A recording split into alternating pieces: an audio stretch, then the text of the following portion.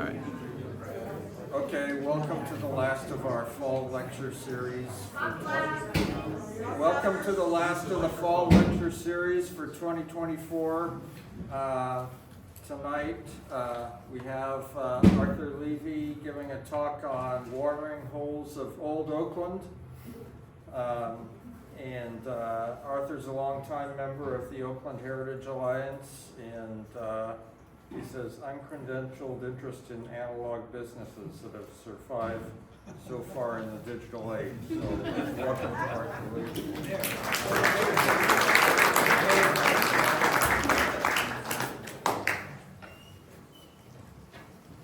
Welcome, everyone. A few months ago, I got an email from Charles Bucher, who just introduced me, asking for suggestions for the OHA lecture series. So I wrote Charles back, and I gave him some serious suggestions, and then I threw in a couple of half-serious suggestions. One of those was the dive bars of Oakland. And I didn't give it any thought. And then a few days later, Charles wrote me back and said, "We'd like you to do a lecture on the dive bars of Oakland." Well, I felt a little bit like the proverbial dog who caught up with a mail truck. I mean, I've been to bars in my youth, but in my staid and steady adult life, I didn't go to bars. Actually, I was a little afraid of bars. And in preparing for this lecture and talking to some bartenders, my fears weren't entirely unjustified. So I had to find experts, and lucky for me, experts were close at hand. My brother-in-law, Mike Hanrahan, has distinguished bar hopping credentials, not only in Oakland, but in San Francisco and across the country, even internationally. And we added depth to our bench with my old friend Phil Silva. Phil, a lifelong Oaklander with knowledge of all the Oakland people and places and the down low on the city. And Phil also has a prodigious back in the day memory. So we three old guys set out into the Oakland night, and we plied all the major thoroughfares and boulevards of the city. And what we found was that where there used to be dozens and dozens of bars, there are hardly any today. But undaunted, we persevered and we located about 25 legacy bars going back about 50 years that still have some semblance of their original character. So those are the bars that we're going to go on a whirlwind tour of tonight.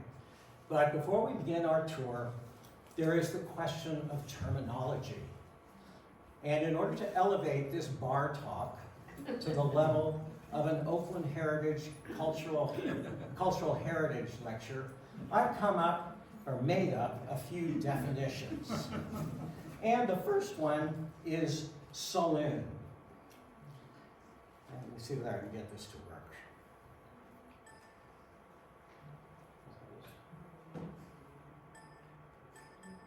Needs to be bigger. Charles doesn't look like it.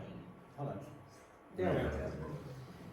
A saloon is a drinking establishment that dates to the period of dynamic industrial growth in the United States from 1870 to 1920. And in the decades following the Civil War, the United States industrialized in a way that the world had never seen before.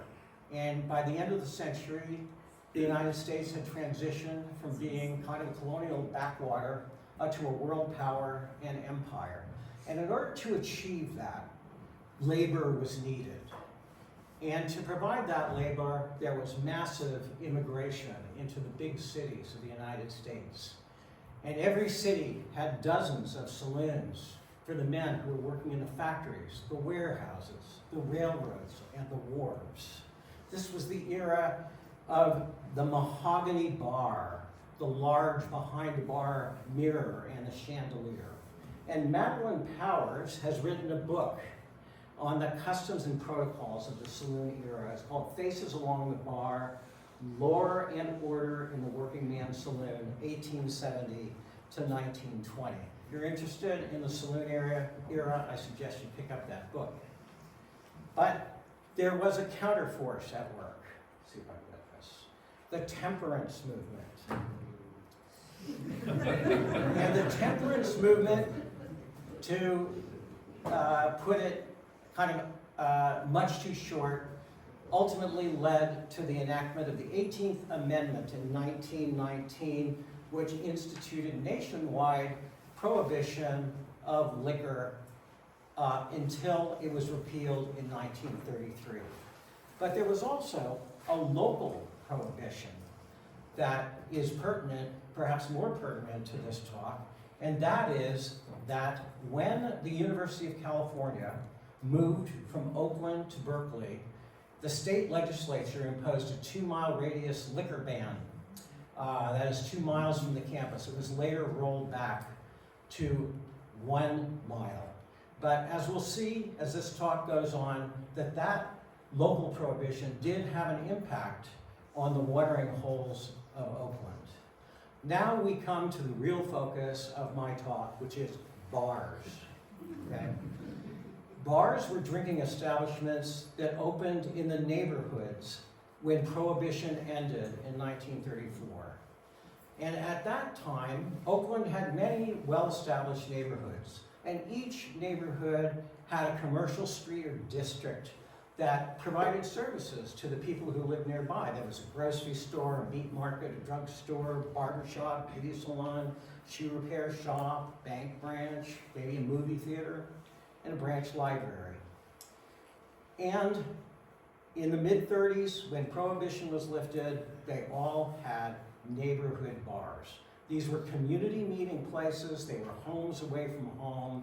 If you lived in the neighborhood, you could drop into the bar and chances are you'd just run into somebody that you knew, or if there was nobody there, you could talk to the bartender. Now, what about the term dive bar? I've already used it a couple of times in this lecture. It was originally a knock suggesting a shabby or disreputable drinking spot, but now it's become a mark of distinction. It suggests out of the ordinary, retro, even exciting and adventurous. And so dive bars sort of entered the realm of the advertising vocabulary, and in the process, it's lost most of its meaning. So being a dive bar is kind of in the eye of the beholder. So I don't refer to all of these bars as dive bars because that obscures their particular legacy, their history, what they brought to the neighborhoods. So the repeal of Prohibition in 1934 was the beginning of what I refer to as the bar heyday period. And that extended for roughly 40 years until the 1970s. And then a counterforce set in. Most neighborhood bars, not all of them, but most of them, began to decline, deteriorate, and disappear. Some of them became absolutely sleazy places where there were rowdy drunks, drug dealers, and other socially undesirables. They became blights on the neighborhood.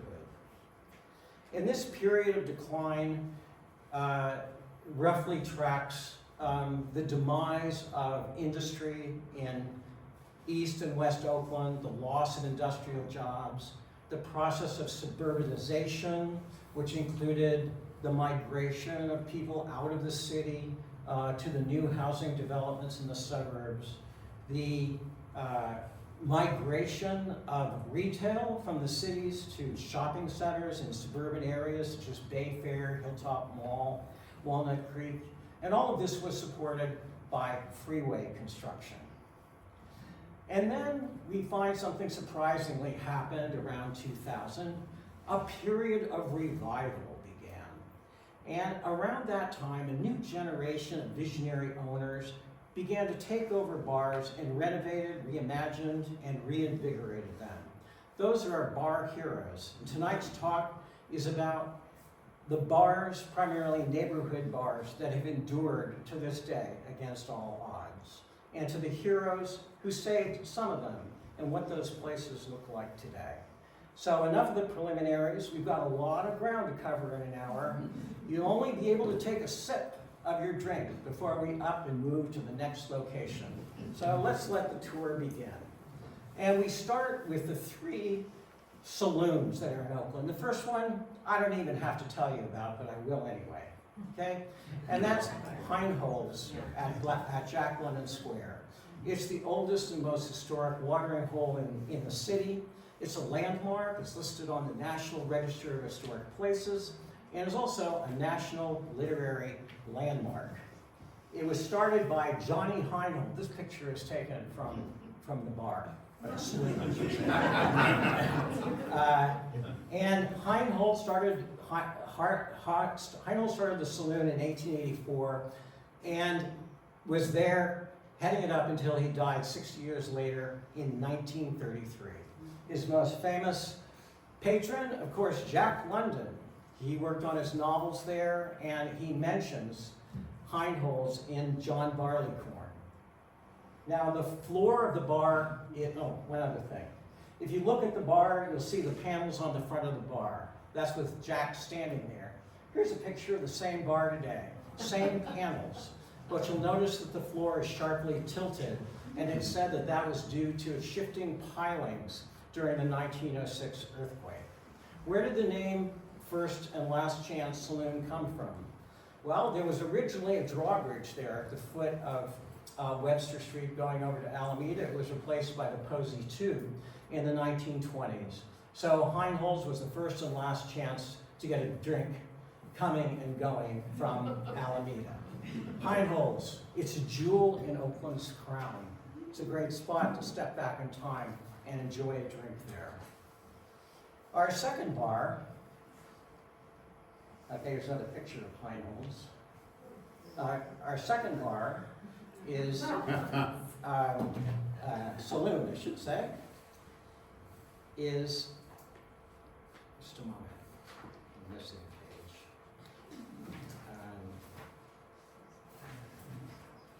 page, is the Merchants Bar Saloon.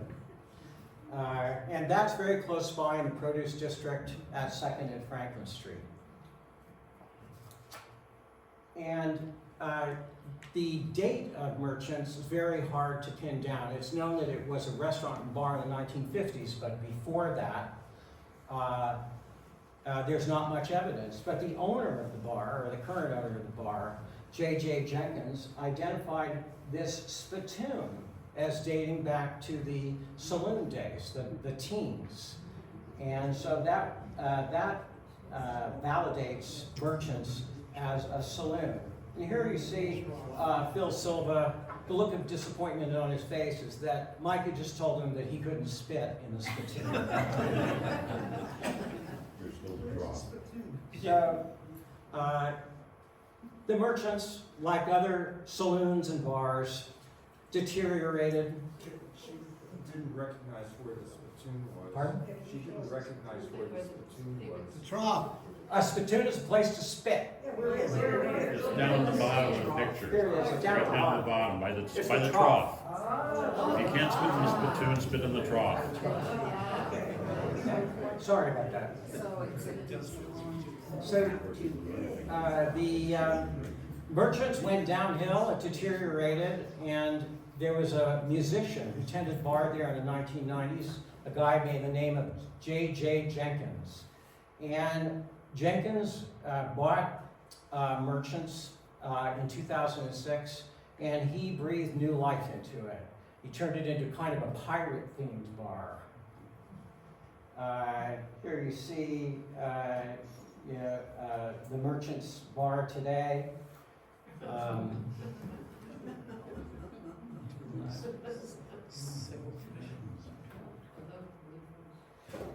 And J.J. Jenkins is one of our local bar heroes. Excuse me, I forgot one of my important props here.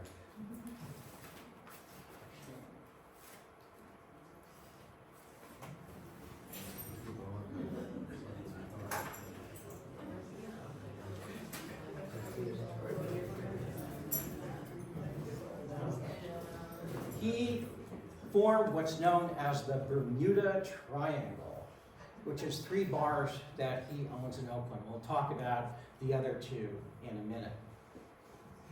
The third and last saloon is the Aloha Club on Fruitvale Avenue, where the railroad tracks cross below International Boulevard. That building, excuse me. The Aloha Club has been there since about 1912, and it was a saloon before Prohibition. We don't know a lot about what happened during Prohibition, but here's the Aloha Club in all of its mission revival glory. And I give the Aloha Club my personal Arturo Award for the most handsome bar building in Oakland. So the Aloha Club advertises the longest bar and the coldest beer. Well, here's the bar, and while I didn't mention it, I didn't measure it, it's certainly a contender. So during the 1930s, we have a picture from the 1930s of the Aloha Club when it had reopened as a bar. There it is there, and then here it is from the same spot today. Here you can see like the signature modern details of the bars from, say, the 1940s. The tile work, the glass blocks, and the porthole. So these were all architectural features that invited people into a new world of modernity, comfort, and luxury. Now, the Aloha's been owned by the Welton family since the 1980s. It's the 3rd family ownership, and the son, Dave Welton, took over in 2010. He rehabbed the bar, and he put in a patio in the vacant area in the back. So you can sit out there, and the Aloha has a kitchen called Lichos, featuring home-cooked Mexican food by Genoveva Castillo. And there's also a food truck on the patio serving Mexican food. It's a great place to stop in for lunch or dinner and enjoy a Mexican beer on the patio. Now, we turn to the bars of the post-Prohibition era. And our first neighborhood district is Grand Lake. It's still a thriving neighborhood commercial district. It still has a shoe repair shop. And Diana, it even has a donut shop. So we want to make an honorable mention before we get to the Heart and Dagger of the Cat House at 3255 Lakeshore. That's a long-standing location of bars. The Fifth Amendment bar was located there for many years, and before that, there was a bar called the Burma Lounge. And during the late 1940s and early 50s, Dave Brubeck played there. And his playing at the Burma Lounge inspired a DJ, Jimmy Lyons, to launch the Monterey Jazz Festival in 1958.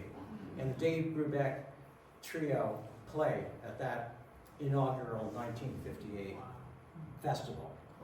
So let's turn to the Heart and Dagger. The Heart and Dagger dates back, not the bar, but there has been a bar there since the 1930s. It opened during the immediate post-Prohibition period.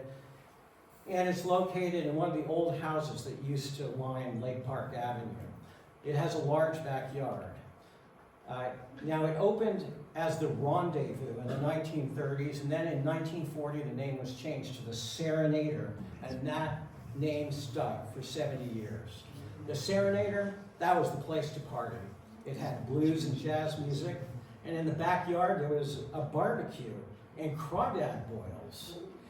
Now the Serenader, like so many other bars, deteriorated over time, and it was rescued in 2010 by bar heroes Eric and Allison Sagauskas, who renovated it and reimagined it as the Heart and Dagger. And the bar today, the Heart and Dagger, still maintains its vintage feel. It's kind of a homey place, makes you feel like you're kind of at home in your kitchen, and it has movie screens. It has screens but what's distinctive about the Heart and Dagger is they only show old movies on those screens. In the patio, they have kept the old Serenader sign, and it's a great spot to stop in Grand Lake to take some relaxed and quiet moments. Okay, now we're gonna crawl around the corner by the Grand Lake Theater, and we're gonna go up to Smitty's on Grand Avenue near Mandana. Now, Smitty's does not have the credentials of the Serenader. It's hard to tie down when Smitty's opened. The earliest I could find was in the 1960s when a guy named Guy Smith opened the bar. And while Smitty's is a very charming name, Mr. Smith was not a very charming guy. In the 1960s, he was imprisoned for counterfeiting. In 1970, he was charged with burglary. And that seems to have ended Smitty's tenure as a bar owner. Since then, it's had various owners, and it went steadily in decline. And then, at the outset of the pandemic, it was rescued by J.J. Jenkins and his business partner, Shari Murphy. And that's the second point. The second point on our Bermuda Triangle. It was closed throughout the entire pandemic, and it only opened in January of this year. So here's the interior. You see Mike and Phil hard at work on their research. And here's paintings that now adorn Smitty's. And here is the neon sign. And the neon restorationist is Greg King, who also has done the neon work on the Grand Lake Theater, the Alley, and Walden Pond books. The paintings by Wythe Bowert. Smitty's today is an intimate bar in a superbly renovated setting. I give Smitty's my Arturo Award for the best bar renovation. Next, we come to a place that I can hardly do justice to. The Alley deserves an hour unto itself. The Alley's 2 doors down from Smitty's, and it opened in 1934, and it remains intact. The bar depicts, the back alley of a city. Remember, this was during the Depression, with laundry hanging from a clothesline, fake windows, and a storefront with a loan company. Approximately 50,000 business cards remain stapled up by people who visited the bar. The Alley's legacy credentials are endless. I can only name a few. Ella Fitzgerald, Lionel Hampton, and Stan Kenton performed there. At least 2 documentary films have been made about the Alley. The Alley has numerous press accounts if you go back into historic newspapers. In the 1940s, there were radio broadcasts from the Alley. And in 2016, the Alley was designated a heritage property by the city of Oakland. But if that were not enough, here, 90 years later, the Alley retains its original identity as a piano bar. It's the last of its kind. And Rod Dibble began playing piano there in 1959 and played there until his death in 2017. Patrons would gather around Rod's piano and take turns singing songs from Tin Pan Alley era through the 60s. Here's Rod. And today, pianist Brian Seed has carried on Rod's tradition. I spoke with a longtime patron of the Alley who's been going to the Alley for 15 years. She says patrons line up in a circle around the piano and each takes a turn singing a song from the great American songbook. And even though she's moved to Davis, she still comes to the Alley once a week. The Alley isn't just a bar, it's a community. It is continually regenerated with new singers gathered in the piano circle. Maybe you'll want to join too. The Alley is definitely another jewel in Oakland's crown. Now, we're going to move down to East 18th Street Parkway District around where the Parkway Theater is. And the Parkway is still a viable commercial district, even though its theater is closed and it's lost its church's fried chicken franchise.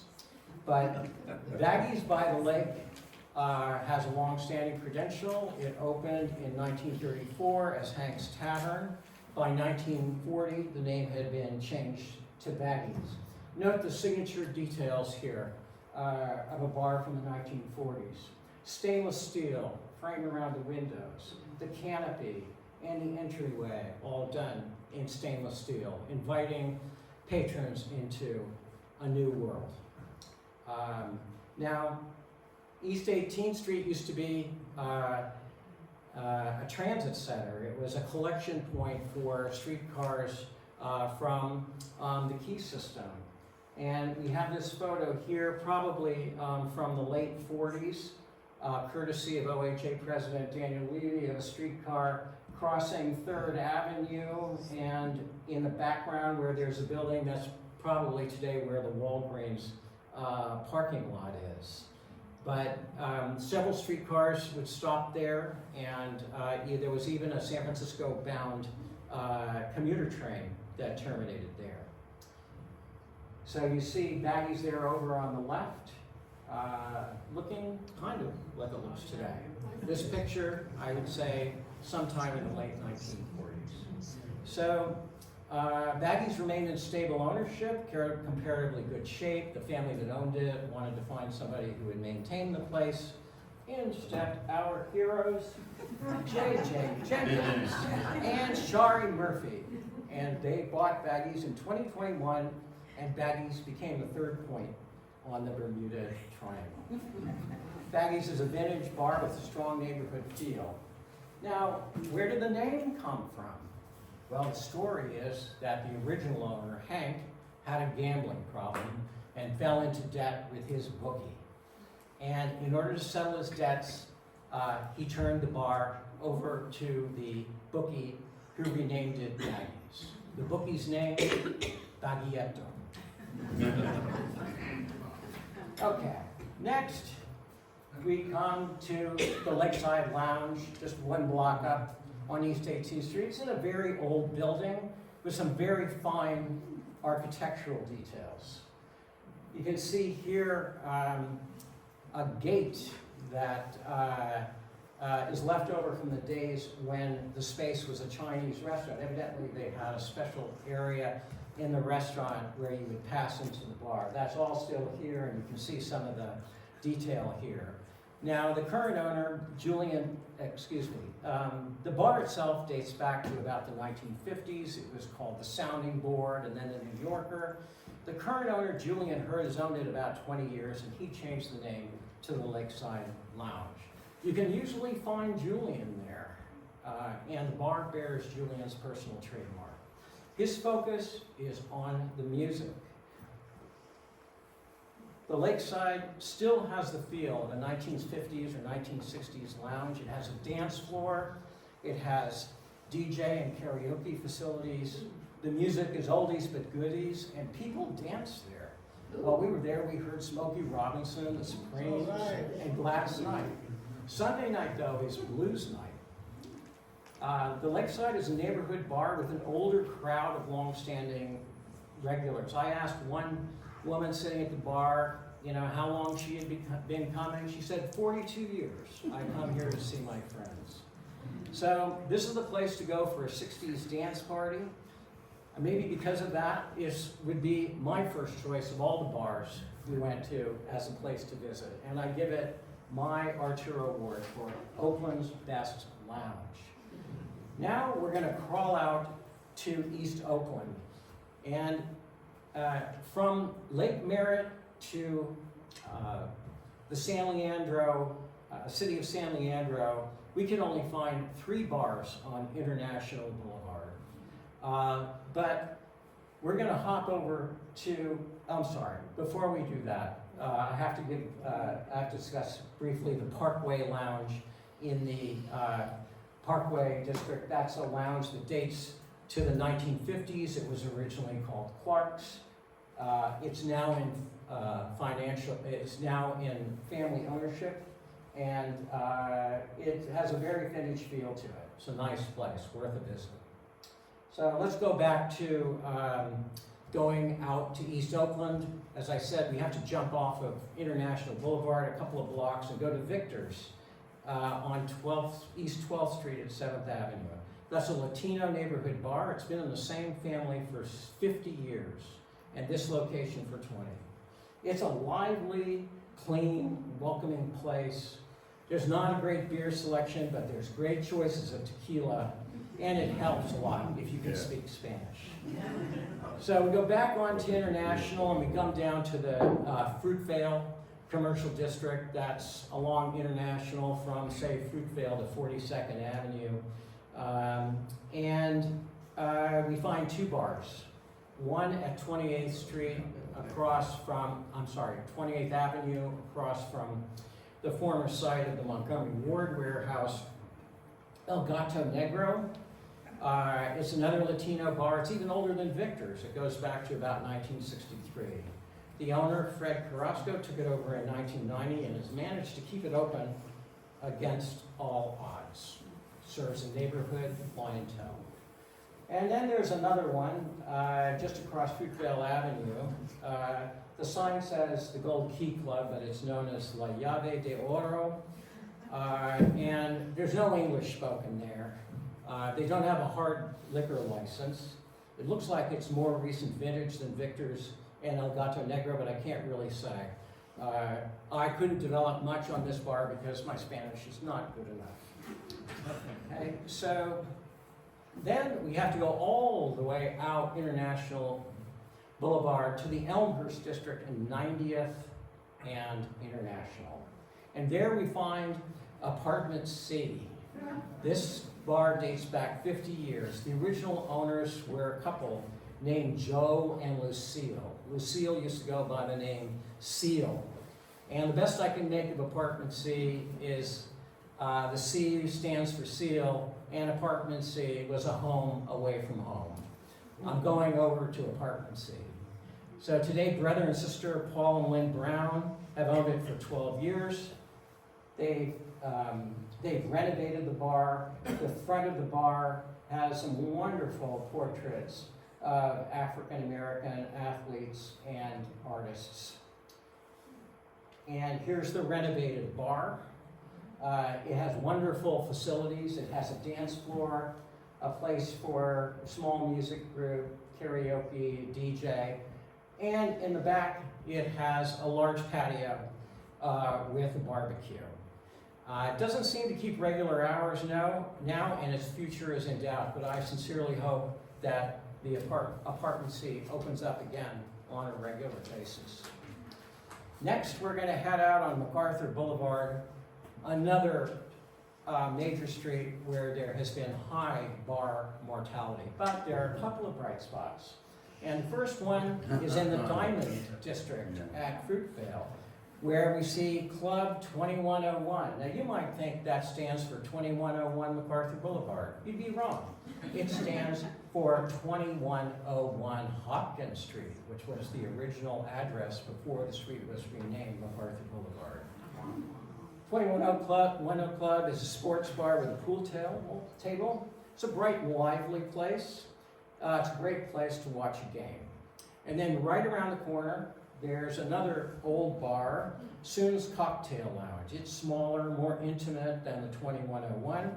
It dates back to the 1960s when it was known as Mac's Gay 90 Tavern and Robert's Tavern. Rudy Soon took it over a long time ago and was the proprietor for many years. Recently, it's changed hands and the current owner is Cody Grassi.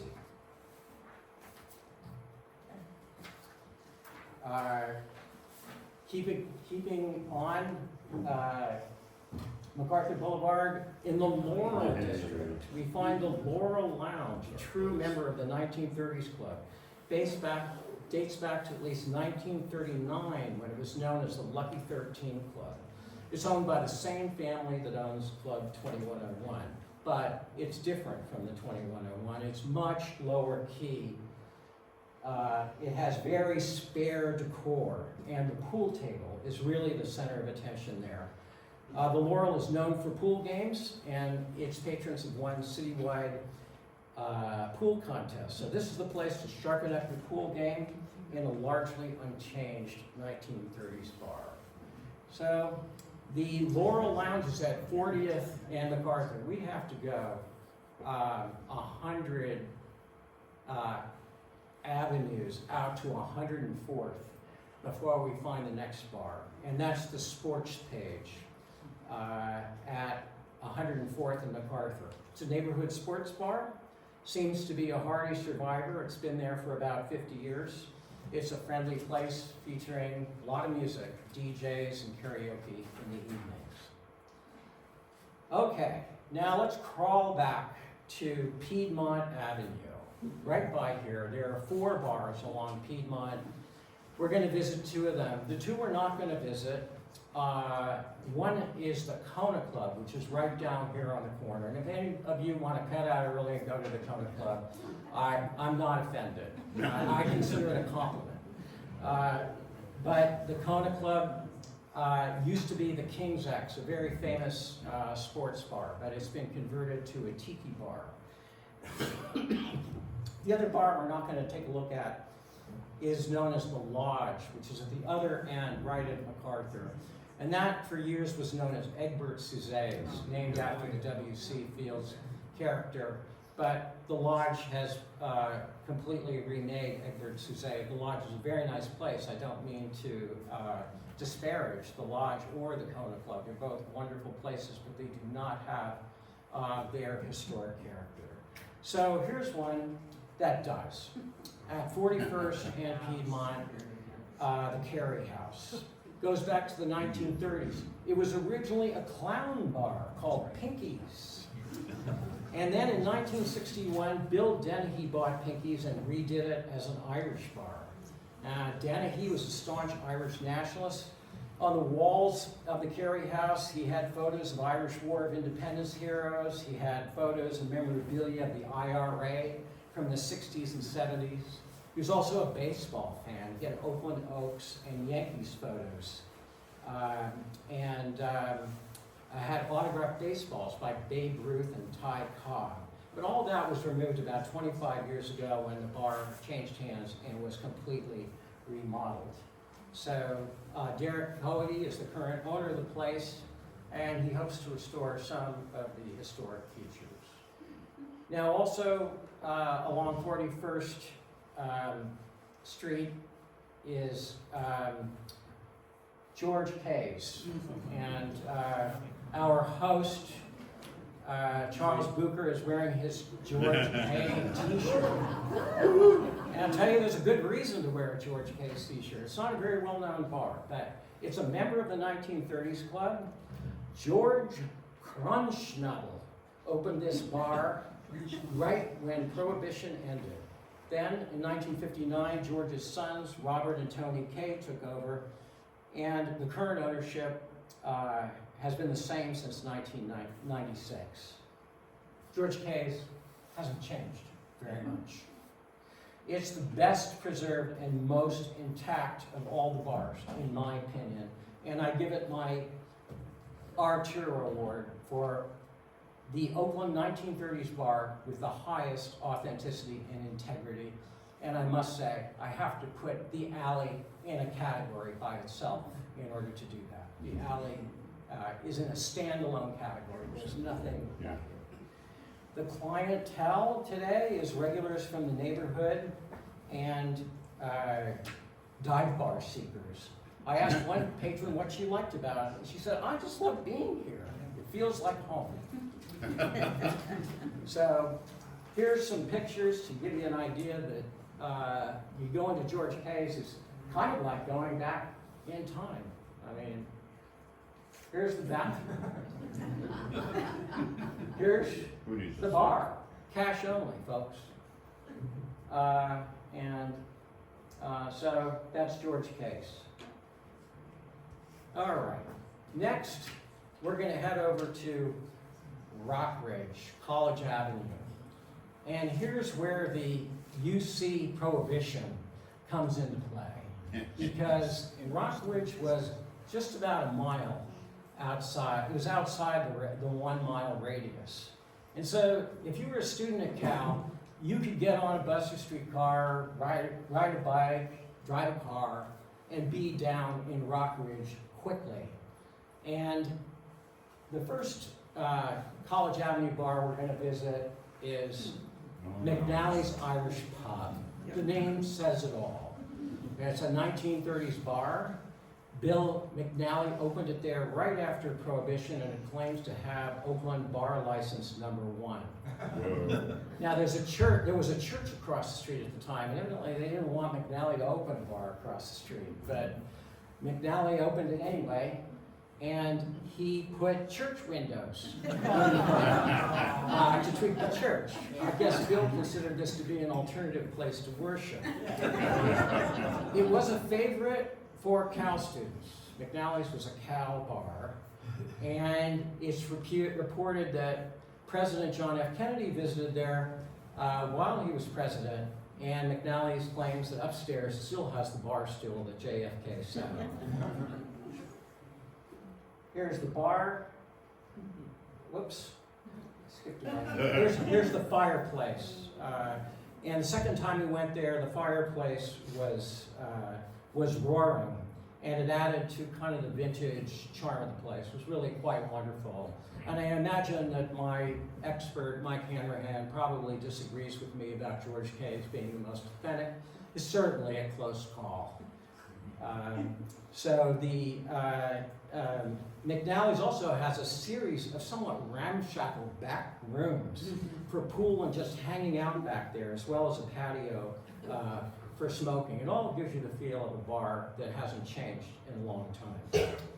So McNally's and the Carey House are the places to go to on St. Patrick's Day. And I will give McNally's my Arturo Award for Oakland's best Irish bar. May I comment? If you go on St. Patrick's Day, it's super crowded. You'll never be able to get a beers. Okay. But they do have a band of bagpipe players. Okay. So I guess I was right. It is the place to go on St. Patrick's Day. You're just never going to drink. So the next place we're going to visit is George and Waltz. George and Waltz is a very attractive bar. The best I can determine is it dates back at that location to the 1960s. A guy named George Grondona had a bar elsewhere in Oakland earlier named Waltz Place. I can't be sure, but I do think this is a successor bar. And George and Waltz is in an attractive, it's a building. It looks like it's 2 storefronts. It has kind of a stylish curtain window that's angled to the street. And inside, the night we went there, it was packed with young people, all having a good time. Seems to be a very, very successful bar. And I couldn't even get a word in with the bartenders. They were so busy. So our next and final stop on College Avenue is a place where you can improve your skee-ball game. It's called the Rockridge Improvement Club.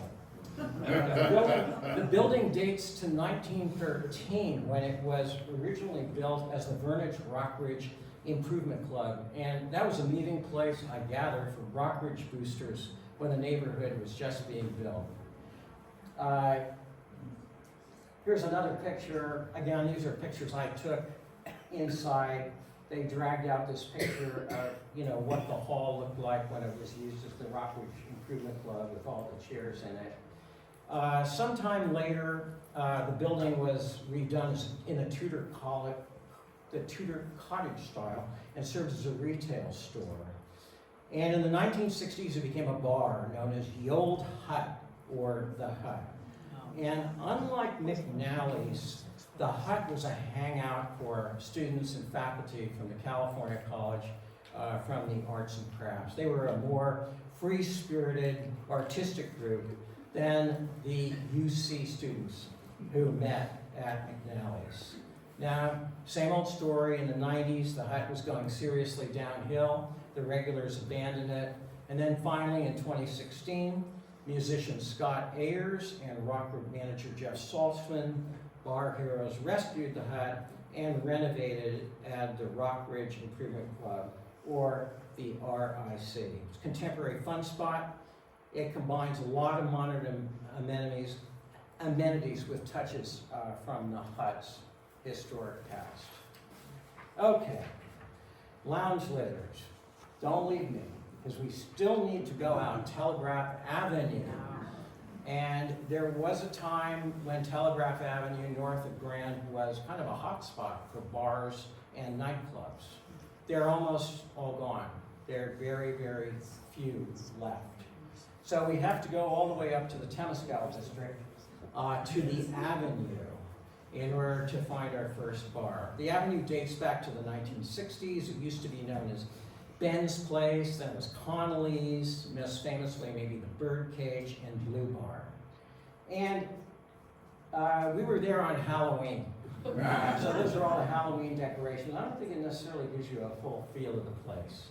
But the Avenue, to me, is a true dive bar.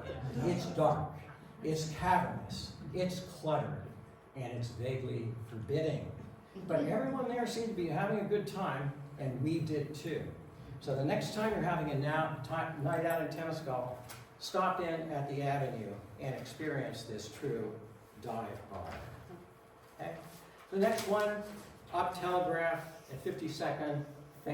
Here's more of the Avenue. Sorry. Famous place, the Kingfish. Fisherman William Travers opened the Kingfish in 1922, the middle of Prohibition. Apparently the real date was probably in the back of the place. But it was originally located on Claremont Avenue, again, 1 mile outside the UC alcohol-free zone. It was also close to the Temescal district. And today, the Kingfish is a sports bar with a very strong UC Bears connection. The floor of the bar is a UC Cal basketball court. As you see, it's plastered with photos from just about every past and present local sports team. Okay, in 2015, the Kingfish was saved from demolition. Sorry for the lousy picture, but that's what they had in the bar. By wheeling the whole building around the corner to the new site on Telegraph next to the Golden Gate Library. The original barroom was moved intact, and all the photos and other sports memorabilia were rehung. Now there's a large beer garden that they put in the back. That's a picture of that. And shuffleboard has been a trademark of the Kingfish since the 1940s. So they built a special room for the shuffleboard table. Okay. And the third and final bar on Telegraph is another jewel in the crown. This is the White Horse in its original 1933 location, right by the Berkeley line. And I was told it also is just outside the 1 mile radius. It's in the Bushrod neighborhood at the city limit, and it is reputed to be the oldest gay bar in the United States. It has long been a center for gay community and political organizing and for UC gay life. It's continually been threatened for closure, and during the 1950s, the bar had a no touching rule. So if you were going to touch, you had to go into the bathroom. And the red light was turned on to indicate when touching was either wanted or in progress. There used to be a Chinese restaurant in front to hide the bar from public view. But the White Horse also went through the period of deterioration. And in 2022, a new owner, Patty Nishimura Dingle, bought the bar and kept it going. And so Patty and long-standing bartender Captain Ficardi have revived the White Horse and made it the very welcoming place it is today. The White Horse features drag and karaoke nights, and it has a dance floor. When Patty took the White Horse over, it was still largely a place for gay white men. And Patty's expanded the bar to be a queer bar, and even then, she's not satisfied. She says she's working to create a safe place where everyone is welcome. I think Patty's succeeding. Okay, we're nearing the end. I appreciate your patience. Next,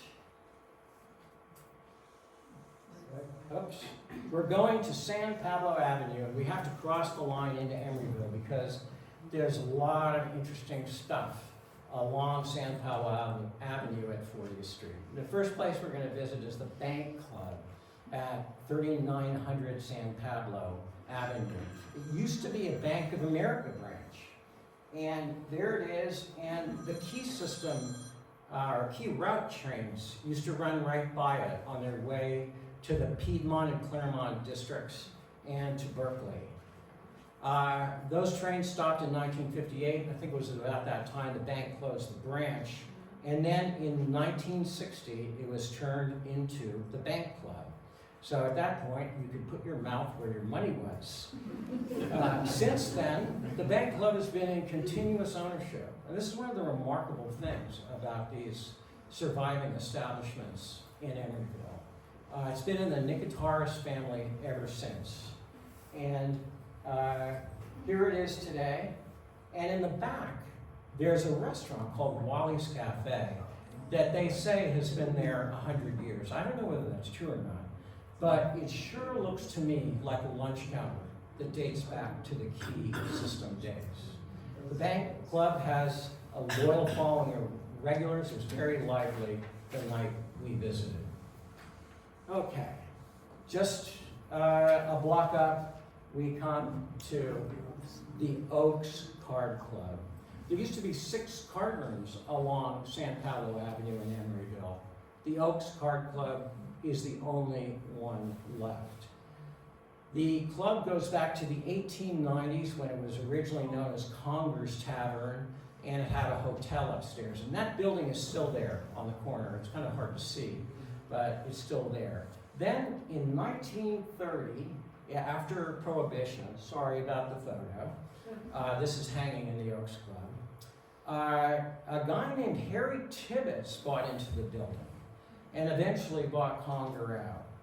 And he changed the name from Conger's Bar to the Oaks Club because the Oakland Oaks baseball stadium was right across the street, across Park Avenue. Here's the bar today. And I was told by John Tibbetts, excuse me, I want to go back. So Harry is in the middle there. And then to the far right is Jack Tibbetts, okay, his son who took over the bar. And today, the bar is run by Jack's son, John, and grandson, Cody Tibbetts, okay? So John told me that back in the day, the bar stools used to be shaped in the shape of baseball bats to attract the Oaks fans. And one of the amazing things about the Oaks Club, which surprised me, I've never been in there, is they have a remarkable set of historic photographs there. And I'm told that the Emeryville Historical Society, when people come in and want to see photos, they go up and see the collection at the Oaks Club. So I just took this picture of one.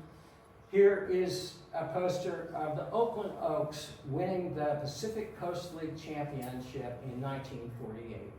Their manager, Casey Stengel, who became the famous manager of the New York Yankees.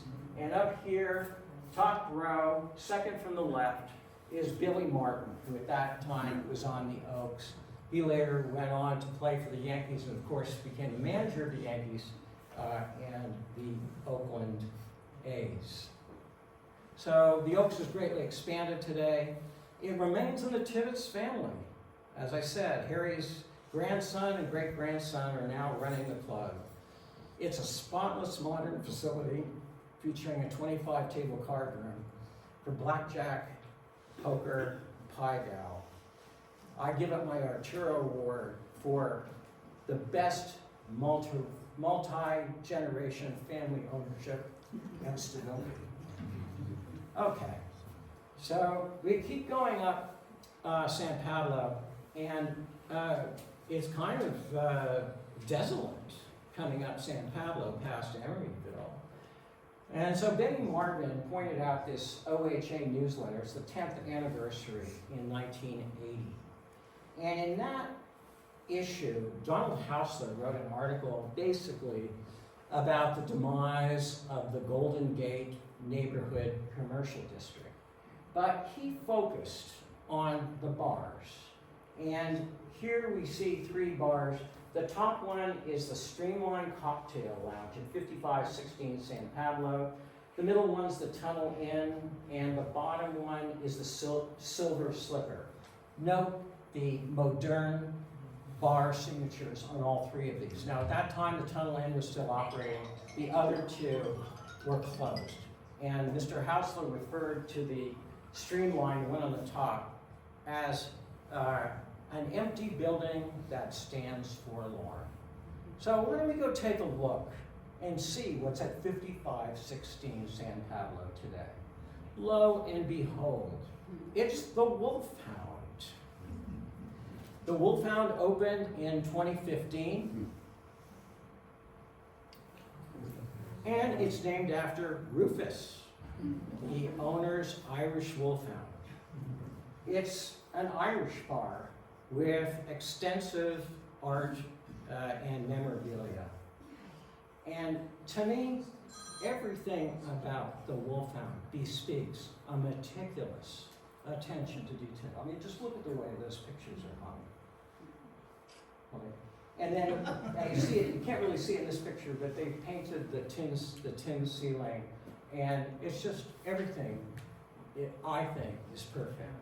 And then they have a pool room that they've papered with posters, concert posters from the 50s, 60s, and 70s. They say they're original posters. When I was there, I found that hard to believe. I mean, it's just, if they were probably worth a fortune. So, there are no screams in the Wolfhound. Okay. All right. Another honorable mention. 65th and San Pablo. There's a vacant lot there. A guy named Vic Bergeron opened a bar named Hinky Dinks there in 1934. And after a few years, he had the idea of changing it to a tiki bar. The name, Trader Vic's. Okay. So now I'd like to end on a high note at Eli's Mile High Club at 36 and Martin Luther King. I'm including Eli's for a number of reasons, but mainly because to me it harkens back to the 7th Street nightclubs from the 40s and the 50s that have all disappeared. And Eli's opened in 1974 as a place to hear the blues live. Musician and songwriter Troyce Key took it over in the 1980s, and it became quite a famous place to go to hear the blues live. Etta James and James Brown reputedly performed there. And I don't know whether this is true, but it's said that it was a preferred spot for the Rolling Stones to go when they were doing concerts in town. And there's one legend that one night the Stones showed up there to hear the music there, and the bouncer looked at them and saw these 4 tough-looking white guys wanting to get into a black bar and refused to let them in. And I don't know whether Mick Jagger's protest that he was Mick Jagger got him in or not. So the Mile High Club serves food. Its general musical fare is punk and rap music. It has DJ nights and drag shows. But it still has the blues concert, historical blues concerts posters up. And on Monday nights, it's West Coast Blues Night. And Mike and Phil and I went there on a Monday night, and it was just a fabulous experience. Mondays is the day to go. to Eli's to get a taste of what those famous 7th Street and West Oakland bars, blues and jazz bars, Esther's Orbit Room, Slim Jenkins, the Creole Club, what they must have been like in the 40s and 50s. So that's all, folks. We prepared a list of all the... That's all, folks. What? That's all, folks. That's all, folks. You got it. You picked up the reference. Okay. We have prepared a list of all the bars I've mentioned. You can try out a couple that you might be interested in and see for yourself. Who knows?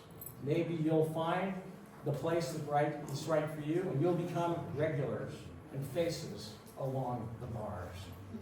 So I'd like to just spend a minute rolling some credits. I would like to thank Mike Hanrahan, my co-inventor, Phil Silva, from OHA, Charles Bucher, Naomi Schiff, Mary Harper, Daniel Levy, and Jenny Martin. I don't have time to list all of the bar owners and bartenders who gave us information and hosted us there, but here are a few. J.J. Jenkins of the Bermuda Triangle, Adele Lee, and Rachel Howard, who was a patron of the alley, not a bartender, both of the alley. Derek Cody of the Carey House, Heidi Chavez of George K's, Patty Nishimura Dingle of the White Horse, John Cole, and Denny Tibbetts of the Oaks Card Club, and Emily Foster of the Oakland History Center. And of course, I'd like to thank all of you for coming.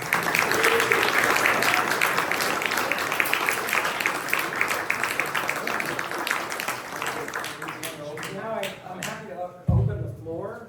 I'm sure some of you may have personal experiences, questions. Why did I leave out this place?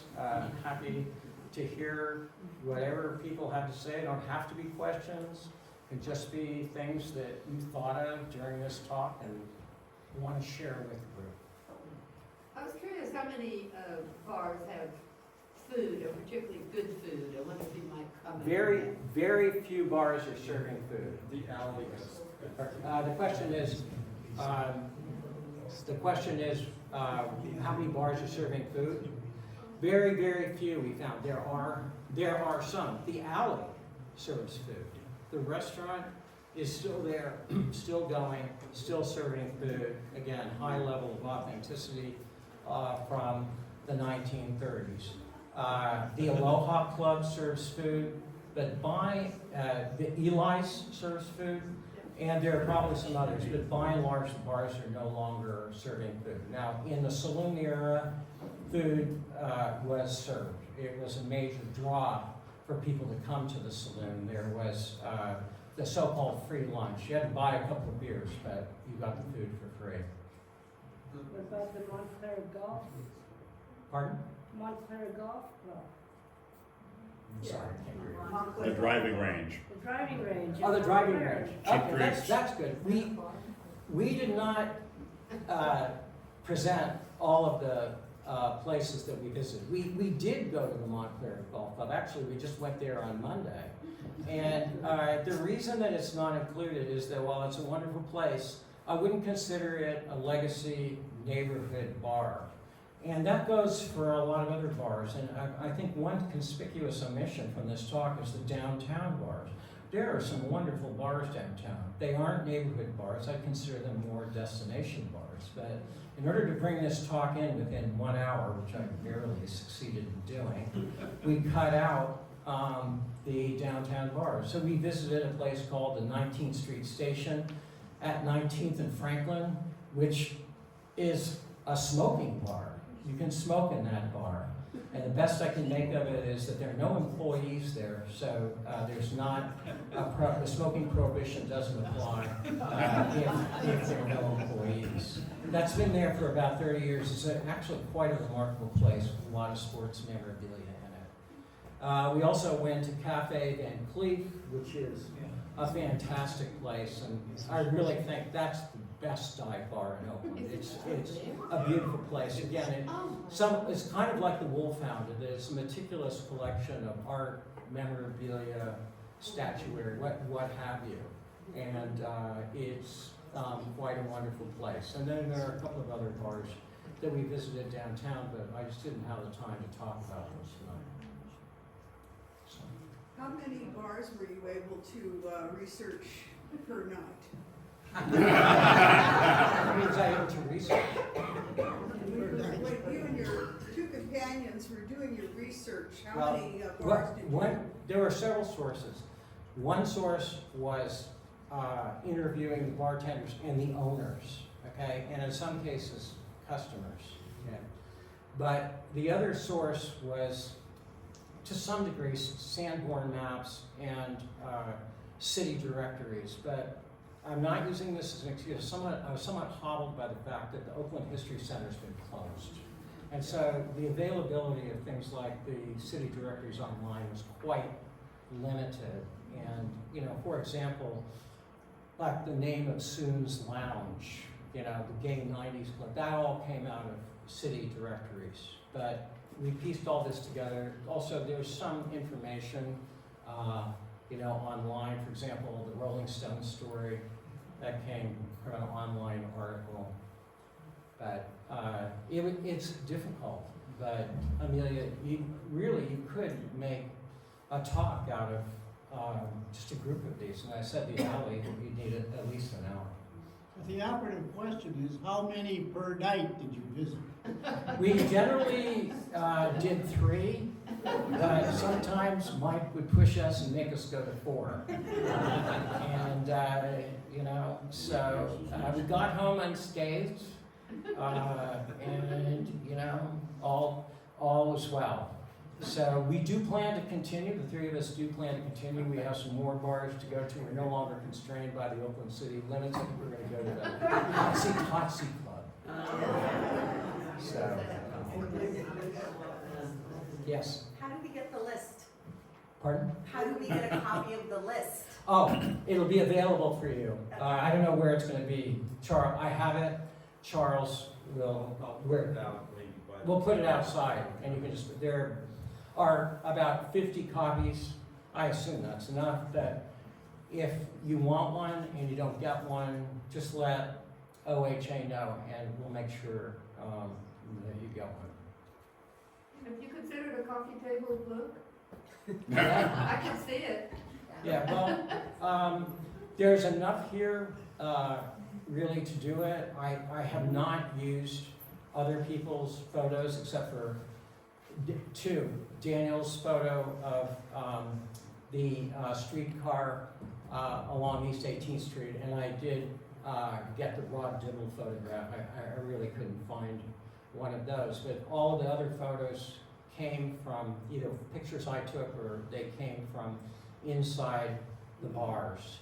But I think that if you were to do a coffee table book, you could really get some wonderful photographs of these places from years and years ago, including interior shots. Now, some of the bar owners do have that material, but I found that they were happy to talk to me, but they generally weren't willing to dig into their archives. I think if we were writing a book, it might have been different. So.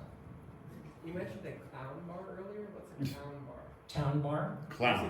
Clown bar. Oh, Clown Bar is a bar. I said the town bar because we did visit the town bar down at in the old Magnets building, which is quite a marvelous place. Clown Bar. Okay, so what Derek Cody, the owner of the Carey House, told me was that the place was originally a clown bar, had a clown theme, clowns, you know, and there was clown wallpaper that's still there that they covered up. So if you went to the Carey House and you peeled back some of the more modern wall finishes, you'd probably find wallpaper with clowns on it. But evidently, you know, maybe that was one theme from the 1930s. It was the Depression. You know, people, You know, we're looking for some fun, something uplifting, and so clowns were kind of a signature. Sort of like today. Pardon? We're looking for something fun and uplifting. Well, Sort of like today, I said it. Uplifting. Okay, you in the back there for names. What do you think, you've seen bars all across the city of Oakland? I'm sorry, I can't hear you. You've seen bars all across the city of Oakland. What do you think they sort of say about Oakland's story and why are they important to the city of Oakland? Bars outside the city of Oakland? Or why do you think these bars that you've seen all across Oakland are important to the city of Oakland? Why did they survive, or? no, Why are they important? what do they say about us? I'm sorry. Why do you think the bars are important to the city of Oakland? Why are they important to the city of Oakland? I tried to say that, I guess I didn't do a very good job, but they're important because they were originally woven into the fabric of these neighborhood commercial districts. And so, let's just take a couple at random.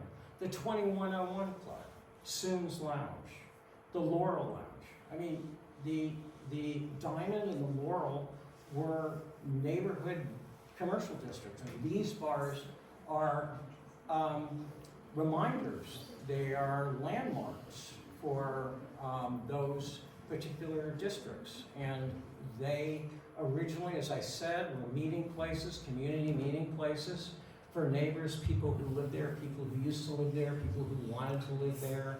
You could drop in there and, you know, your chances were you'd see somebody you know, or if you didn't, you could talk to the bartender, talk to some stranger there. And so in this day and age, I wouldn't say there's a resurgence, but this period of revival does suggest some renewed interest in places like that in the neighborhoods.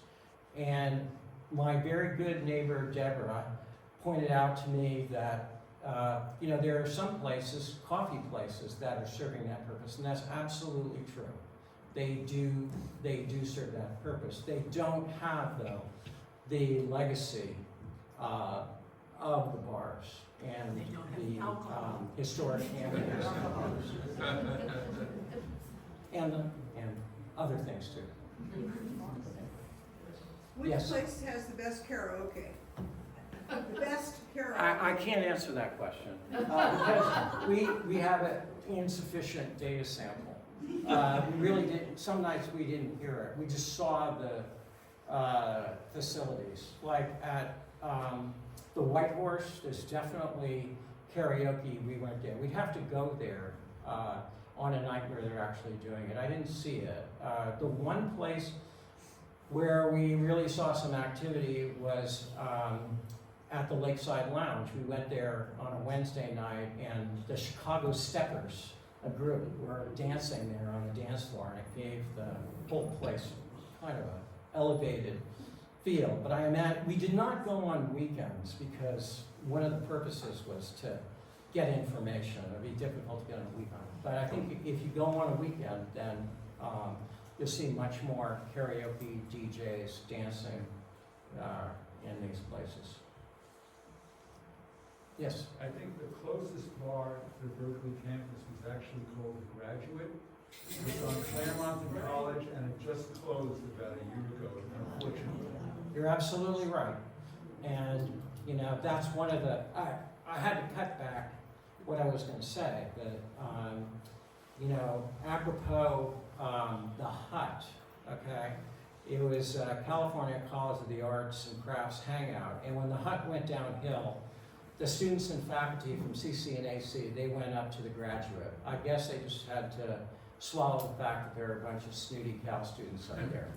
So, but that's true. The Graduate was at college in Claremont. It just recently closed, another casualty. So. I don't know if you mentioned some people at the kitty cat. And I don't know if, so Earl Father Hines actually lived very close to that neighborhood. I don't know if you ever- Earl Hines lived on Trestle Glen. He was definitely an Oakland resident. And I looked into that. I mean, where did Hines perform in Oakland? He undoubtedly did perform in Oakland. But most of his performing was in a bar on, I think, Sutter Street near Mason in San Francisco that he had an interest in. And I don't have the name of that bar, but I was definitely interested in Hines because he's a major local musical figure, but I'm sure he performed around in Oakland, but I can't tie it down to any particular venue. Sorry. Okay, maybe one more question? Does the city of Oakland subsidize any of these places? I know in San Francisco, I remember reading that they subsidize places that they consider historically important. Does Oakland do that? Not to my knowledge.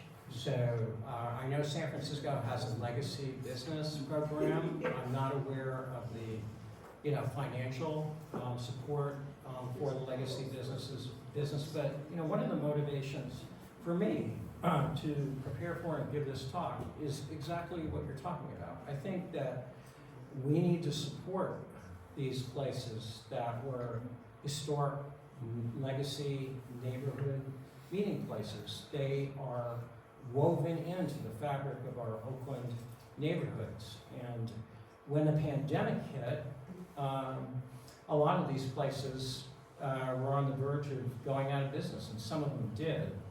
And I was told by Rachel Howard, a patron at the alley, that they did a GoFundMe program to keep the alley afloat. Did they get money from the city? If they did, I don't know about it. I think it was the community there that, and the owner, Jackie Simpkins, also highly dedicated to the continuation of the alley, who kept that establishment going. Same with Walden Pond Bookstore. They both had a GoFundMe and the community came forward for it. Yeah, absolutely.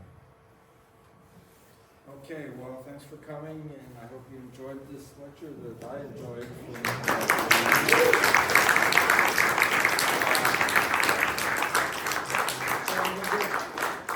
I will give Charles these lists, which you're welcome to take.